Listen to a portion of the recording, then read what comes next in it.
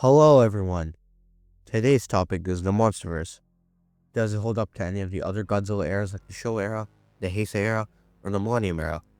Pretty sure the Monsterverse is the most popular Godzilla era out of all of them. It's literally grossed $2.5 billion. That's more than the MCU, which in its first 5 films only made $2.2 billion. Well, the Monsterverse may be loved or hated by some. It's one of, if not the most divisive eras. And I'm not even kidding. Some people either love the Monsterverse or just outright hate it. And for me, well, as you know from my most popular video, it seems that I'm on the hate side. But if you aren't aware, I've changed after GXK. I honestly have a more realistic tone towards the Monsterverse nowadays. It's honestly a cool take on Godzilla and his companions. And the lore keeps expanding. Today we're talking about the pros and cons of the Monsterverse, with a final conclusion. One of the main problems of the Monsterverse is that the movies are not consistent and are usually very different. This is mainly due to the constant switch of directors. Yes, one person can't direct all these movies, but when you have directors with completely different visions for these characters, you can't help but think how different these movies can be. GVK is a great example of this. Now, this isn't hating on Wynyard, as he does do some phenomenal jobs in most categories, but he has a lot of flaws in his movies. Maybe the way movies differ from the latter. King the Monster had introduced so many new kaijus, yet none of them appear in the next film, and even in GXK, only 2 of them appear. Another thing, the pacing can be very bad. I think it just wasn't enough to have the 2 most iconic movie monsters clash in the movie less than 2 hours. GXK has the same problem. In fact, we don't get to see Scar King until an hour in.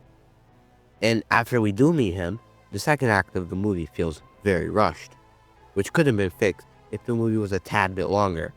Because of these limited movie runtimes, you can't put in as much as you can, and the movie feels very rushed. Another thing with the Monsterverse that can definitely be improved on is definitely most human characters. A common saying in the Godzilla community is, no one gives a shit about the Monsterverse humans, which I can understand. But then, if you want to put the human characters and give them so much screen time, make them good. All Monsterverse humans, except for Mark Russell, Dr. Serizawa, and a few Godzilla 2014 characters, suck ass, and they're not written well. And characters like Bernie that are made for comic relief do a horrible job at it. In my opinion, I think he was unfunny in GVK, and only a tad bit funny in GXK. I still think the Monsterverse can improve with their human characters, but for now, there needs some serious improvements. If that were to happen, give them depth, good motivations, backstories. An example is Shikishima from Godzilla -1. There are a lot of underused kaiju in the Monsterverse. The Monsterverse may be new, but characters like Rodan and Ghidorah could have served meaningful purposes, but they didn't. You may say, oh, Mechagodzilla did something. No, he didn't. He destroyed a bit of Hong Kong, got tag teamed, then died. And both Mechagodzilla and Ghidorah were done horribly. They were introduced and died in the same film. Like what? Ghidorah did a little bit.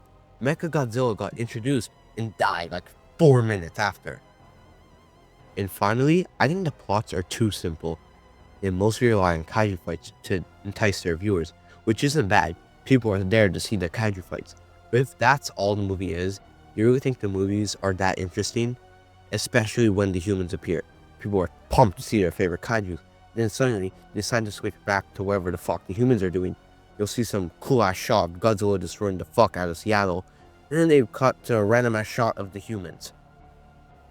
Alright, we're done with the cons. Now, where does the Monsterverse have its best qualities in? Let's get to the pros.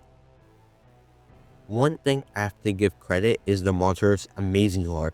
The Monsterverse has definitely the best lore of any Godzilla era. It depicts the kaijus as ancient creatures instead of just mutations, which if you are a die-hard Godzilla fan, the lore is something you love to get into because of the world building in the Monsterverse is very unique. It introduces many new places in the whole Earth which can be very expanded on, and many new kaijus all over the globe and in the whole Earth. The Monsterverse introduced a ton of kaiju in King of the Monsters, which is cool because it opens up more opportunities to unique kaijus, how they impact the lore, the world of the Monsterverse in future comics, films, and games. I think the Monsterverse fights are hype. As much as I hate on Wingard's pacing, I can say I love the fights in GVK and GXK.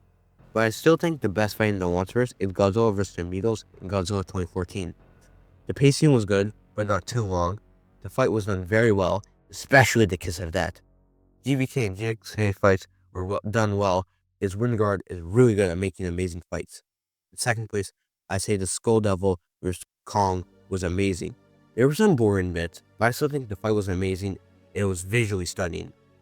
Okay, so in terms of pros to cons, there are more cons to pros, but I still think the Monsterverse is great for what it is. So to answer the title, yes, the Monsterverse is good, but not that good. It's still really good, more or so decent. I think the charm of the Monsterverse is the fact that it's very entertaining. The problem with it gets boring once they cut away from the monsters, and it can be very slow at times. So yes, the Monsterverse is decent. Thank you guys all so much for watching, and I'm glad to be sharing my new opinions on the Monsterverse. And remember, you guys, DFTBA.